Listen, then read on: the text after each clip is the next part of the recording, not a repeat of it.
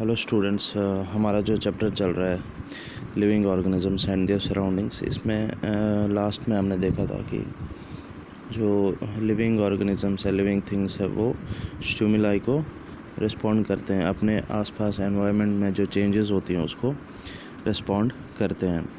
उसके बाद आता है living organisms and excretion. All organisms need food. Not all the food that is eaten is completely used. Only a part of it is utilized by the body. What happens to the rest? This has to be removed from the body as waste. Our body produces some waste in other life processes also. The process of getting rid of waste by organisms is known as excretion. तो इसमें क्या होता है, हर organism हर living organism को खाने की ज़रूरत है, फूड की ज़रूरत है।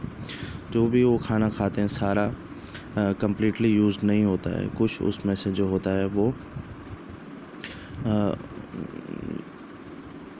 कुछ पार्ट उसमें से बॉडी यूटिलाइज़ करती है, लेकिन बाकी जो है वो हमारी बॉडी से एज अ वेस्ट निकल जाता है। तो इस प्रोसेस को जहाँ हम अपने बॉडी के वेस्ट से गेट रीड हो जाते हैं, तो उसको हम बोलते हैं एक्सक्रीशन। एक्सक्रीशन क्या होता है? The process of getting rid of waste by organisms. उस प्रोसेस को जिसमें से हम वेस्ट अपनी बॉडी से निकाल दें उसको हम बोलते हैं excretion. Do plants also excrete? क्या प्लांट जो है वो भी एक्सक्रीट करते हैं, वो भी अपनी बॉडी से वेस्ट निकालते हैं?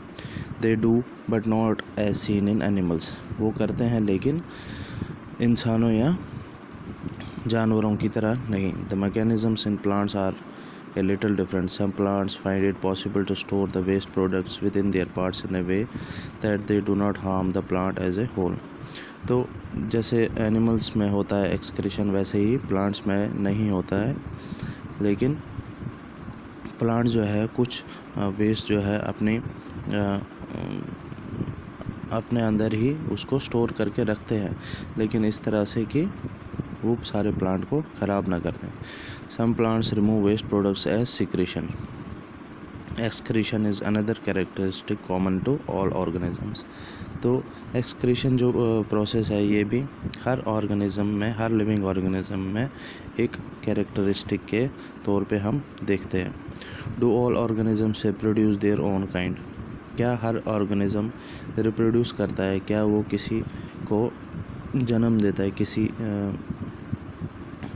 अपने अंडे देते हैं? कोई बर्ड्स, कोई एनिमल्स बच्चे देते हैं? क्या हर लिविंग ऑर्गेनिज्म रिप्रोड्यूस करता है? Have you ever seen nests of some birds like pigeon? Many birds लay their eggs in the nest. Some of the eggs hatch and young birds come out of them.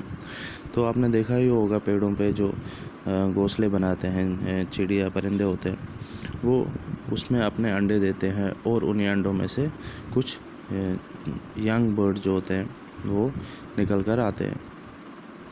Animals reproduce their own kind, वैसे ही animals में भी होता है। The mode of reproduction में भी different in different animals. Some animals reproduce their young ones through eggs. Some animals give birth to the young ones. तो animals में भी ऐसा होता है। कुछ एनिमल्स में अब क्या होता है कि वो पहले अंडे देते हैं और उसमें से बच्चे निकलते हैं, और कुछ सीधा बच्चों को ही जन्म देते हैं, प्रोड्यूस करते हैं। Plants also reproduce like animals. Plants also differ in their mode of reproduction. Plants में भी रिप्रोडक्शन होता है, लेकिन उनमें थोड़ा डिफरेंट होता है। Money plants reproduce through seeds. Plants produce seeds which can germinate and grow into new plants. Plants में क्या होता है, हम सबसे पहले क्या बीज बोते हैं, छोटे छोटे सीड्स होते हैं, उसमें से प्लांट्स निकल के आते हैं, जैसे आप फिगर देख सकते हैं 9.15। Some plants also reproduce through parts other than seeds. For example, a part of a potato with a bud grows into a new plant. कुछ में क्या होता है, कुछ में आप किसी पौधे के बीज डाल दो तो वो पौधा बड़ा हो जाता है। कुछ का अगर उसका कोई पार्ट प्लांट का आप डाल दो, जैसे कैक्टस, ये एलोवेरा है, पोटैटो है, इनका कोई एक पार्ट डाल दो तो उसमें से भी प्लांट्स प्रोड्यूस होते हैं। तो इसका मतलब है कि लिविंग ऑर्गेनिज्म जो है एक्सक्रीट भी करते हैं, रिप्रोड्यूस करते हैं, और लिविंग ऑर्गेनिजम्स क्या मूव करते हैं या नहीं, ये हम देखेंगे नेक्स्ट क्लास में। Thank you.